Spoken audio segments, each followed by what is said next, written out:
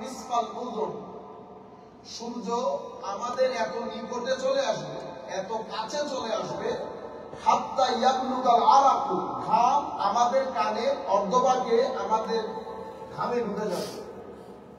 সূর্য এত বেশি কাছে আসবে, ঘামের মধ্যে মানুষের কানের অর্ধেক ঢুকে যাবে।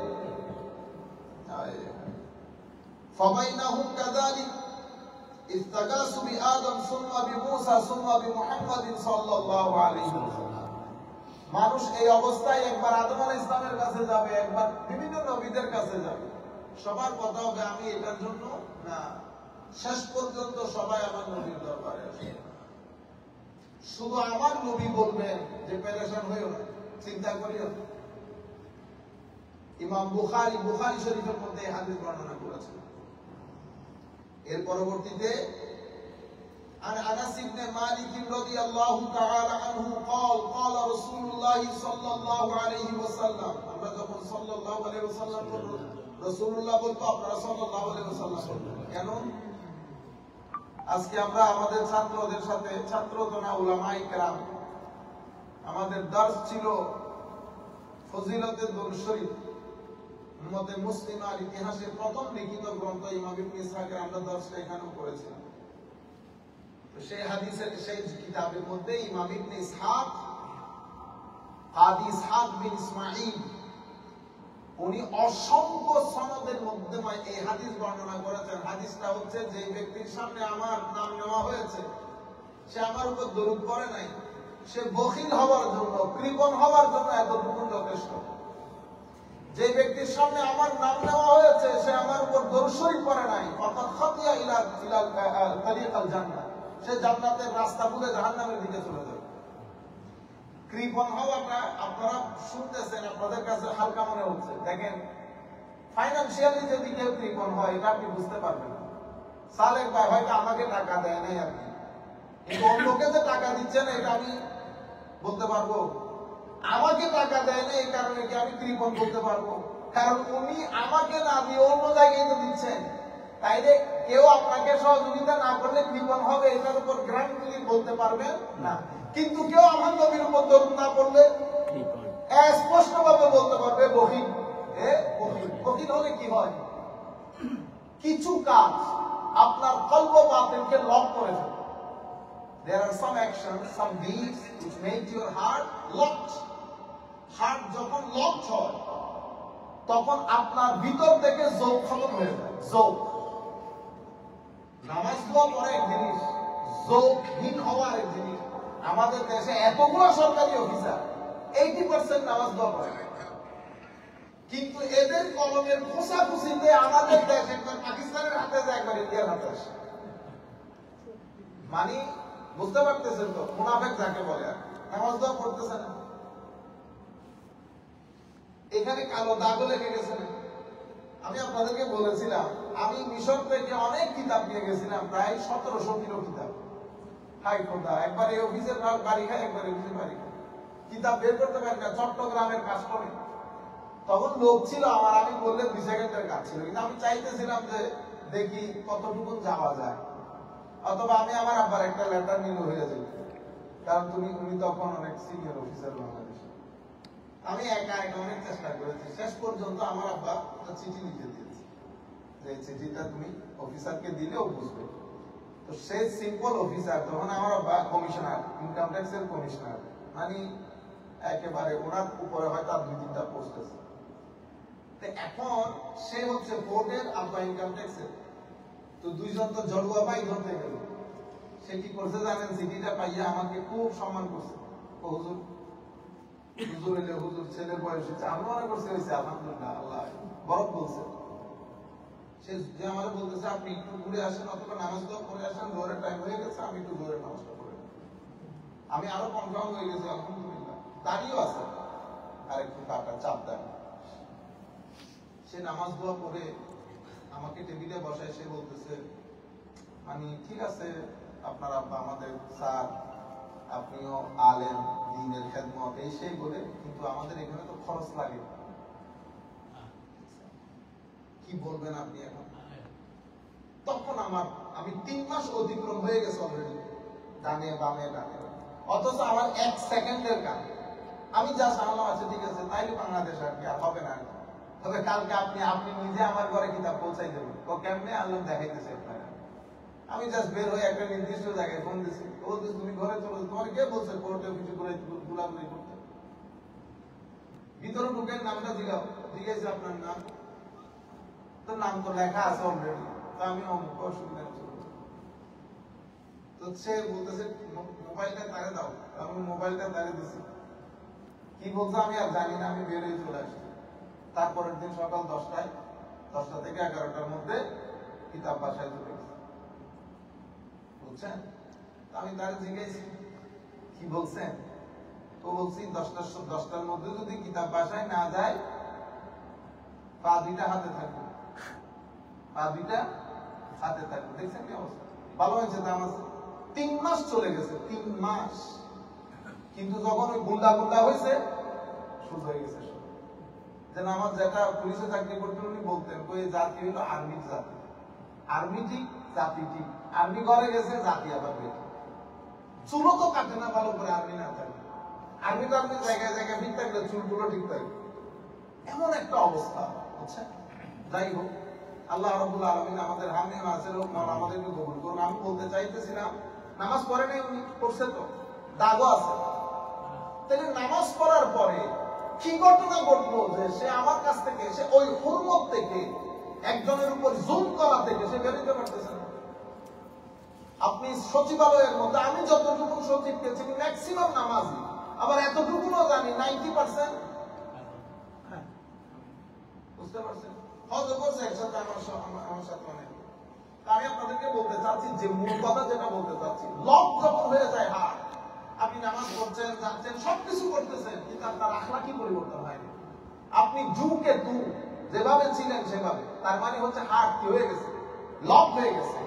লক হার্ট যে লক হয়েছে, সেটা বিভিন্ন সিম্পটম আছে। সেই সিম্পটমের মধ্যে একটা সিম্পটম হচ্ছে যে ব্যক্তির মুখে দরুদ শরীফ কম থাকে।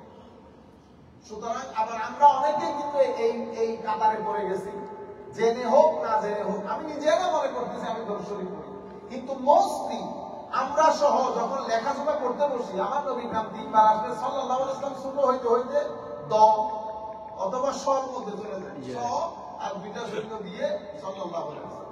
অথচ উলামায়ে কেরাম বলেছেন, খবরদার দরুদে পাক কখনো কি করবা না, সংক্ষিপ্ত করবা না। আমার নবীর নাম কখনো সংক্ষিপ্ত করবা না। যেমন আমরা মোহাম্মদ, আমার নাম মোহাম্মদ আমিনুল ইসলাম।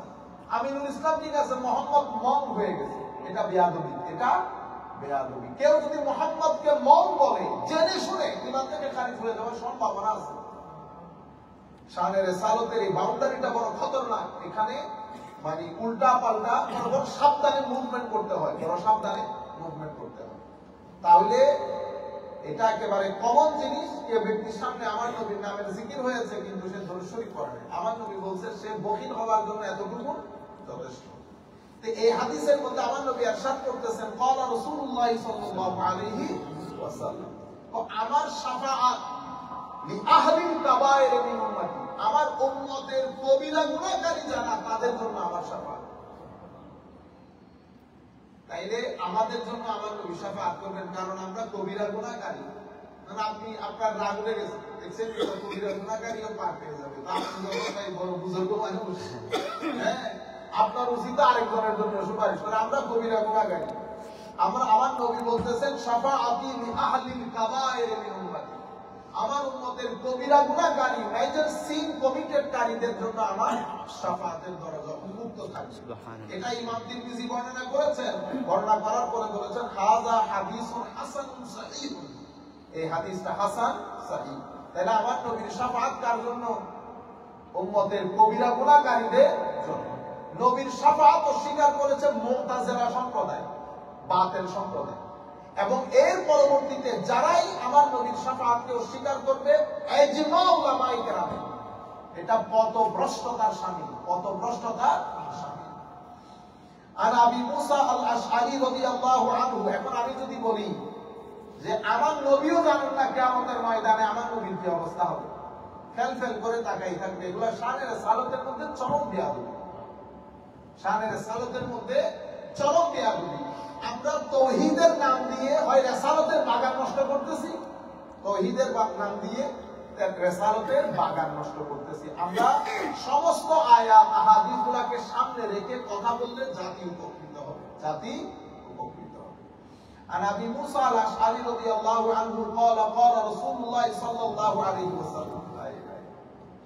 এই হাদিস রওয়ায়াত করেছেন ইমাম ইবনে মাজাহ, ইমাম আহমদ ইবনে হাম্বল, ইমাম ইবনে মান্দা, আর ইমাম হাকিম মুস্তাদরাকের মধ্যে অসংখ্য বর্ণনাকারী এই হাদিস শরীফটা বর্ণনা করেছেন। ইমাম ইবনে মাজাহ বর্ণনা করেছেন। ইমাম ইবনে মাজাহ যে অধ্যায়ে হাদিসটা বর্ণনা করেছেন অধ্যায়ের নাম যিকরুশ শাফা, যিকরুশ শাফা। ইমাম আহমদ ইবনে হাম্বল বর্ণনা করেছেন। ইমাম বাইহাকি ওনার ইতিকাদ কিতাবের মধ্যে বর্ণনা করেছেন জলিলুল কদর ইমাইকরা কি আমার নবী ইরশাদ করছেন খুয়রতু বাইনা শাফাআতি ওয়া বাইনা আইয়ুদখালা নিসফু উম্মতি আল জান্নাত। আমার নবী বলতেছেন আমাকে আল্লাহ দুইটা জিনিসের ইখতিয়ার দিয়েছেন। ইয়া রাসূলুল্লাহ কোনটা নিবেন? হাবিব আপনি কোনটা নিবেন? হায় হায়, দেখছেন এটাকে বলে মাহবুবিয়ত। আমার নবীর সাথে আল্লাহর বন্ধুত্বের সম্পর্ক। নবীর বান্দাকে আল্লাহ এই আন্দাজে কথা বলে, আমার আল্লাহ মালিকুল মুলক, কাউরে পরোয়া করে না। আমার আল্লাহর সামনে আবার কে কি? কিন্তু আমার নবীর ক্ষেত্রে আমার আল্লাহ আমার নবীকে হাবিবুল্লাহর একটা মকাম দান করেছেন। সেই কারণে আমার নবীকে বলতেছেন হাবিব দুইটা চয়েস দিয়েছে, কোনটা গ্রহণ করবেন? কি চয়েস? একটা হচ্ছে দরজায়ে শাফা, শাফাআতের দরজা, যেটার মাধ্যমে আপনি আপনার গুনাহগার উম্মতকে আনলিমিটেড, কোনো লিমিট নেই, আনলিমিটেড গুনাহগার উম্মতকে আপনি জান্নাতে দিতে পারবেন একটা। আরেকটা হচ্ছে আমি ওয়াদা দিলাম আপনার অর্ধেক উম্মতকে জান্নাতে দিব। কোনটা গ্রহণ করবেন? আমার নবী ইরশাদ করেছেন ফাখতারতুশ শাফা, ইয়া রাসূলুল্লাহ অর্ধেক উম্মত জান্নাতে, এটা আপনি আপনার সাথে রাখেন, আমি শাফাআতটা গ্রহণ করলাম, কারণ এটা আনলিমিটেড। আমার নবী দেখছেন আমাদের মতো উম্মতের খবর রেখেছেন। আপনারা যারা বেশি মুত্তাকি সেটা ঠিক আছে, এটা আল্লাহ আপনাদের মাধ্যমে আমাদের উপকার করবে, কিন্তু আমরা গুনাহগার, কবিরা গুনাহগার, আমাদের কথা আমার নবী স্মরণে রেখেছেন।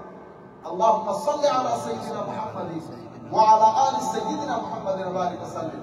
ওয়া ফাখতারতু শাফাআ, আমি শাফাআতকে গ্রহণ করেছি, লিআন্নাহা আ'আম্মু ওয়া আকফা আতারাউনা লিল মুত্তাকিন। আমার নবী সাল্লাল্লাহু আলাইহি ওয়াসাল্লাম বলতেছেন কারণ শাফাআতটা গ্রহণ করেছি কারণ এটার মধ্যে কোনো সীমা পরিসীমা নাই, আনলিমিটেড। তখন বলছে আতারাউনা লিল মুত্তাকিন, ইয়া রাসূলুল্লাহ সব ক্লিয়ার কাট করে দিয়েছে সাহাবায়েরা, ইয়া রাসূলুল্লাহ এটা কি মুত্তাকিনদের জন্য? আমার নবী বলতেছে না, ওয়ালাকিন্নাহা লিল মুজনিবিন, পাপীদের জন্য আমার শাফাআত। মুত্তাকিনরা তো এমনিতে পাস করে ফেলবে, গ্রেস মার্ক তো আর হায়ার স্ট্যান্ডার্ডের জন্য তো গ্রেস মার্ক দরকার নাই, আমাদের জন্য গ্রেস মার্ক দরকার। বুঝতে পেরেছেন? আমার নবীর উপর দরুদ শরীফ পড়বেন, নবীকে মহব্বত করবেন, কতটুকু আমার নবী মায়া করেছেন আমাদেরকে। এরপরে আমার নবী ইরশাদ করেছেন, জিজ্ঞেস করা হয়েছে আতারাউনা লিল মুত্তাকিন, তো মুত্তাকিদের জন্য কালা ওয়ালাকিন্নাহা লিল মুজনিবিন আল খাত্তাইন আল মুতালাউবিসিন। আমার নবী বলতেছে না, এটা পাপীদের জন্য, যারা ভুল করে তাদের জন্য, আল মুতালাউবিসিন, যারা সব সময় খারাপ কাজের মধ্যে নিজেদেরকে ইনভলভ রেখেছে তাদের জন্য। এজন্য মনে রাখবেন, কিছু মানুষ আছে খারাপ কাজ করে কিন্তু ভদ্রতা আছে, মুআদ্দাব। আমার নিজের একটা স্টুডেন্ট ছিল ইংল্যান্ডে, যার কারণে লোকজন আমার সাথে কথা বলতে ভয় পেত। ছেলেটা দেখতে অসম্ভব সুন্দর, স্মার্ট, সে কাজ করে, সে যেরকম স্মার্ট কাজ করে ঠিক তার অপোজিট, মানে আর নাই। কিন্তু আপনি তারে দেখলে, পুলিশে কয়বার তারে ছেড়ে দিয়েছে, দেখেছি, বুঝতেও পারে না যে এই ব্যক্তি এই কাজ করতে পারে, হ্যান্ডসাম, বুঝতে পেরেছেন? কিন্তু শক্তিশালী। আমাদের পার্শ্ববর্তী দেশের তো, আমাদের দেশ, আমাদের গুলো তো ছোটখাটো লোক, এরা তো বুঝছেন না। সে আমার সামনে, আমার মনে হয় আমার পুরা জিন্দেগিতে যত স্টুডেন্ট পড়িয়েছে, যত ছাত্র, আলহামদুলিল্লাহ এখন তো বড় বড় কত বড়, যেই সম্মান সে আমাকে দেখিয়েছে তাই নাই। তার আমি বলছি আল্লাহ আমি বেশ দেখলে দিয়ে যাবো, এরকম মুআদ্দব আমি আমার জীবনে দেখি, এত আদব তার ভিতরে, তার পুরা দুনিয়া ভয় পায়।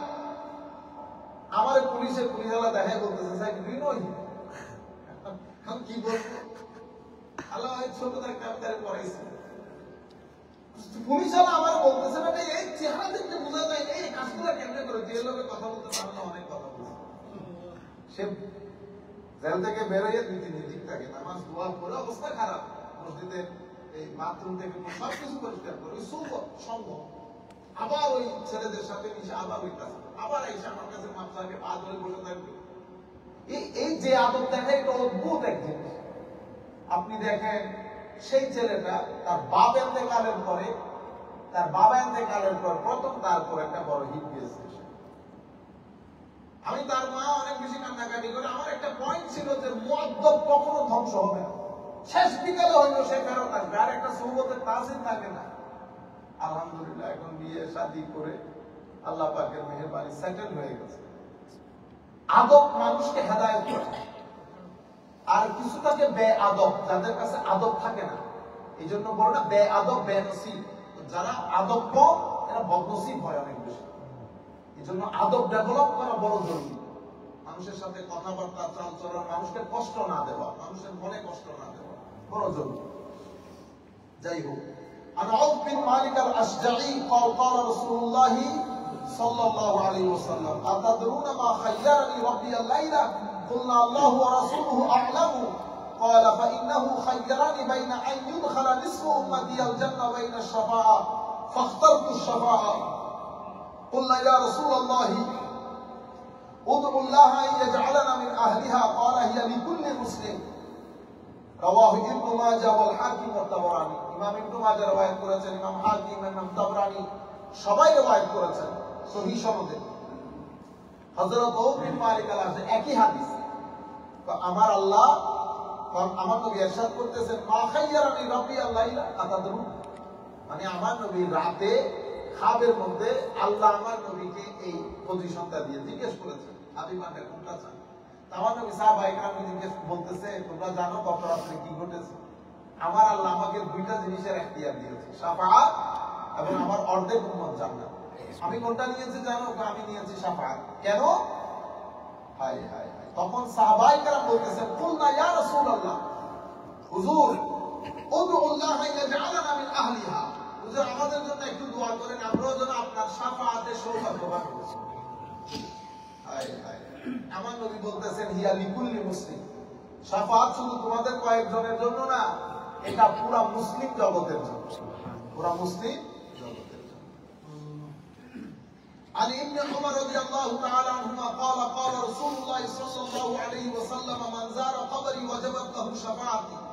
ইমাম দারকুতনি, ইমাম বাইহাকি রওয়ায়াত করেছেন, ইমাম দারকুতনি রওয়ায়াত করেছেন, ইমাম হাকিম তিরমিজি রওয়ায়াত করেছেন, ইমাম হাইসামি রওয়ায়াত করেছেন, অসংখ্য মুহাদ্দিসিন রওয়ায়াত করেছেন। আমার নবী ইরশাদ করছেন মান যারা কবরি, যে ব্যক্তি আমার রওজা জিয়ারত করলো, আমার কবর শরীফের জিয়ারত করলো, ওয়াজাবাত লাহু শাফাআতি, তার জন্য আমার শাফাআত ওয়াজিব হয়ে গেছে, তার জন্য আমার শাফাআত ওয়াজিব হয়ে গেছে। এর পরবর্তীতে عن ابي حازم عن سهل بن سعد ان رسول الله صلى الله عليه وسلم قال لا يدخلن الجنة من أمتي 70,000 أو 700,000 لا يدري أبو حازم أيهما قال متماسكون آخذ بعضهم بعد لا يدخل أولهم حتى يدخل آخرهم وجوههم على صورة القمر ليلة البدر متفق عليه। হযরতে আবু হাসিম সাহাল বিন সাদ থেকে বর্ণনা করতেন, হুজুর করিম সাল্লাল্লাহু আলাইহি ওয়াসাল্লাম ইরশাদ করেছেন, আমি এই হাদিসটাকে পরের হাদিসের সাথে একটু মিলাইয়া বলি, তাইলে আমরা এক গতে শেষ করে ফেলতে পারবো ইনশাআল্লাহ। عن ابي سعيد الخدري قال قال رسول الله صلى الله عليه وسلم ما مجادله احدكم في الحق يكون له في الدنيا باشد مجادله من المؤمنين لربهم في اخوانهم الذين ادخلوا النار। হযরত আবু সাঈদ খুদরি বলছেন আমার নবী ইরশাদ করেছেন মা মুজাদালাতু আহাদিকুম ফিল হক, আমাদের যখন কারো উপর কোনো হক থাকে এই জায়গা আমি জায়গা পাবো, সেই জন্য আমার নবী বলতেছেন তোমরা যেভাবে আর্গুমেন্ট করো তার চেয়ে বেশি আর্গুমেন্ট করবে আল্লাহ ওয়ালারা কিয়ামতের দিন আল্লাহর সাথে। কি জন্য? বলবে ইয়াকুনু ফিদ দুনিয়া বিআশাদ্দা মুজাদালাতান মিনাল মুমিনিনা লিরাব্বিহিম ফি ইখওয়ানিহিম আল্লাযীনা উদখিলুন নার قال يقولون ربنا إخواننا كانوا يصلون معنا ويصومون معنا ويحجون معنا فأدخلتهم النار তারা আল্লাহর দরবারে বলবে আল্লাহ এরা আমার ভাই এরা আমার সাথে নামাজ দোয়া করতো রোজা রাখতো হজ করতো আপনি এদেরকে জাহান্নাম দিয়ে দিলেন আমার আল্লাহর দয়ার 100 ভাগের 1 ভাগ দান করেছে সৃষ্টিকে 99 ভাগ কিয়ামতের দিনের জন্য রেখে দিয়েছে এগুলো আমার আল্লাহর রহমতের বহিঃপ্রকাশ হবে নবীর মাধ্যমে ওলির মাধ্যমে হাফেজদের মাধ্যমে ছোট সন্তান যারা মারা গেছে তাদের মাধ্যমে কোরআনের মাধ্যমে রোজার মাধ্যমে আল্লাহর রহমতের বহিঃপ্রকাশ হবে উম্মত গুনাহগার মানুষ জান্নাতে ঢুকবে তাইলে আমরা কিছুদিন আগে আমি শুনেছি তো আল্লাহর ওলিরা কোনো ফায়দা দিতে পারবে না তো এখন কি দিতেছে এটা আল্লাহর ওলিরা ফায়দা দিতে এটা মুসলিম শরীফের বর্ণনা এটা কোনো আমাদের তো ছোটখাটো হাদিস আছে এটা ছোটখাটো হাদিস না ইমাম বুখারী বর্ণনা করেছেন ইমাম নাসাই বর্ণনা করেছেন ইমাম ইবনে মাজাহ বর্ণনা করেছেন মানে বিশুদ্ধ হাদিস গ্রন্থের 6 গ্রন্থের 3 গ্রন্থের মধ্যে হাদিস এসেছে বুখারী শরীফ সহ ইমাম বুখারী এটা কিতাবুত তাওহীদের মধ্যে বর্ণনা করেছেন ইমাম নাসাই কিতাবুল ঈমানের মধ্যে বর্ণনা করেছেন ইমাম ইবনে মাজাহ ওনার মুকাদ্দমার মধ্যে বর্ণনা করেছেন ঈমান এবং ঈমানের অধ্যায় বর্ণনা ইমাম আহমদ ইবনে হাম্বল বর্ণনা করেছেন ইমাম হাকিম মুসতাদরাকের মধ্যে বর্ণনা করেছেন কি তো তোমরা তোমাদের অধিকার আদায়ের জন্য যেভাবে আর্গুমেন্ট করো উম্মতের আহলুল্লাহরা এর চেয়ে বেশি আর্গুমেন্ট আল্লাহর দরবারে করবে তাদের ভাইদেরকে জাহান্নামে দেওয়ার এবং আল্লাহর দরবারে বলবে আল্লাহ আমার এই ভাইগুলো আমাদের সাথে নামাজ দোয়া করতো আপনি তো তাদেরকে জাহান্নামে ফাআদখালতাহুমুন নার আপনি তাদেরকে জাহান্নামে ঢুকিয়ে দিয়েছেন কল বর্ণনাকারী বলছেন ফায়াকুল আমার আল্লাহ ইরশাদ করবেন সুবহানাল্লাহ ইযহাবু ফাআখরিজু মান আরাফতাহুম মিনহুম যাও দুজকে গিয়ে যাদেরকে চিনো তাদেরকে চিনো আপনি সপ্তাহে সপ্তাহে গেলে না চিনবে তো বছরে বছরে একবার যান তো বিছরাইয়া চিনতে হবে না হ্যাঁ এই জন্য আল্লাহর ওলিদের দরবারে সৎসঙ্গে সুফিয়ায়ে কেরামের দরবারে উলামায়ে কেরামের মজলিসের মধ্যে বেশি আসা যাওয়া জরুরি আমার আল্লাহ কি বলতেছেন আমার আল্লাহ বলতেছেন ইযহাবু ফাআখরিজু মান আরাফতুম মিনহুম জাহান্নামে যাও এদের মধ্যে যাদেরকে চিনো বের করে নিয়ে আসো ক্বালা ফায়াতুনহুম তারা আসবে জাহান্নামে ফায়ারিফুনহুম তারা তাদেরকে চিনবে বিসুয়ারিহিম তাদের সূরত চেহারা দেখে চিনবে ফামিনহুম মান আখাযাতহু নারু ইলা আনসাফি সাকাইহি ওয়া মিনহুম মান আখাযাতহু ইলা কাবাই ফায়ুখরিজুনহু এমন অবস্থায় যাবে কাউকে পায়ের গোড়ালি পর্যন্ত আগুন খেয়ে ফেলছে কাউকে হাঁটু পর্যন্ত আসতেছে এমন অবস্থায় তাদেরকে জাহান্নাম থেকে বের করে নিয়ে আসবে তাদেরকে জাহান্নাম থেকে বের করে নিয়ে আসবে ফামিন আচ্ছা এরপরে ফায়ুখরিজুনহুম বের করবে ফায়াকুলুন রব্বানা ক্বাদ আখরাজনা মান আমারতানা ক্বালা ওয়া ইয়াকুলু আখরিজু মান কানা ফি কলবিহি ওয়াজনা দিনারিন মিনাল ঈমান ও হুজুর আল্লাহ আমরা যাদেরকে যিনি বের করে আনছি আমার আল্লাহ বলবে আবার যাও যাদের কলব বাতিনের মধ্যে সামান্য পরিমাণ ঈমান আছে তাদেরকে বের করে সুবহানাল্লাহ ঈমান অনেক গুরুত্বপূর্ণ লা ইলাহা ইল্লাল্লাহ অনেক ভারী জিনিস অনেক ভারী জিনিস হায় হায় এরপরে ওয়াজনা দিনার মিনাল ঈমান সুমা ক্বাল মান ক্বালা ফি কলবিহি ওয়াজনু নিসফু দিনারি ওয়া ঈমান এই আদা একটু সামান্য কানি হ্যাঁ ঈমান স্মলার দেন অ্যাটম এতটুকু ঈমান যদি থাকে তাদেরকে বের করে নিয়ে আসো হাত্তা ইয়াকুল মান কানা ফি কলবিহি ওয়াজনু যাররা ক্বালা আবু সাঈদ ওয়া মান লাম ইসাদদিক ফালইকরা হাযিহি আয়া ইন্নাল্লাহ লা ইয়াগফিরু আন ইউশরাকা বিহি ওয়া ইয়াগফিরু মা দুনা যালিকা লিমান ইয়াশা হযরতে আবু সাঈদ খুদরি বলতেছেন তোমাদের বিশ্বাস হয় না আমার আল্লাহ যে আল্লাহদের মাধ্যমে উম্মতের বান্দাদের গুনাহ এভাবে ক্ষমা করে দিয়ে জাহান্নাম থেকে বের করে তোমাদের বিশ্বাস হয় না তাইলে তোমরা কোরআন শরীফের এই আয়াত পড়ো যে আয়াত আমার আল্লাহ ইরশাদ করেছেন ইন্নাল্লাহ লা ইয়াগফিরু আন ইউশরাকা বিহি ওয়া ইয়াগফিরু মা দুনা যালিকা লিমান ইয়াশা আল্লাহ শিরক বাদে যাকে ইচ্ছা যত গুনাহই হোক ক্ষমা করে দিবেন কেউ কিছু বলতে পারবে আমি আল্লাহর দরবারে কমপ্লেইন দিতে পারবো আল্লাহ ক্ষমা করে দিয়েছেন এই দুনিয়ার হ্যাঁ আমার আল্লাহ যাকে ইচ্ছা ক্ষমা করবে কেন আজ খোদা কারো জিজ্ঞেস করার দরকার কাদের মুতলক ফাআলু লিমা ইউরি আমরা শেষের দিকে আরেকটা হাদিস বলে শেষ করে দেব ইনশাআল্লাহ عن انس بن مالك رضي الله عنه قال قال رسول الله صلى الله عليه وسلم يصف الناس يوم القيامة صفوفا وقال ابن عمر আহলুল জান্নাহ ফায়ামুরু রাজুল মিন আহলিন নার আলা রাজুল ফায়াকুল ইয়া ফুলান মা তাযকুরু ইয়াওমা ইসতাসকাইতা ফাসাকাইতু শারবাতান ক্বালা ফায়াশফাউ লাহু ওয়া ইয়ামুরু রাজুল ফায়াকুল মা তাযকুরু ইয়াওমা নাওয়ালতুকা তাহুরান ফায়াশফাউ লাহু ওয়া ইয়াকুল ইয়া ফুলান মা তাযকুরু ইয়াওমা বা'আসতানি في حاجة كذا وكذا فذهبت لك فيشفع له رواه ابن ماجه وابو يعلى ইমাম ইবনে মাজাহ ইমাম আবু ইয়ালা বর্ণনা কত চমৎকার হাদিস দেখেন আনাস ইবনে মালিক বলতেছেন আমার নবী ইরশাদ করতেছেন ইয়াসুফু নাস ইয়াউমুল কিয়ামাতি সুফুফা ও জান্নাতীরা সব হয়ে দাঁড়াবে মানে কাতার মধ্যে হয়ে দাঁড়াবে ফায়ামুরু রাজুল মিন আহলিন নার এক জান্নাতি দুজকির পাশ দিয়ে যাইতেছে আয় ওই দুজকি ওই জাহান্নামের আমার ওই ভাই ডেকে বলতেছে ফায়াকুল ইয়া ফুলান ও ভাই আপনি আমাকে চিনতেছেন না আপনি না একদিন আমাকে পানির কথা বলছিলেন আপনারে পানি খাওয়াইছিলাম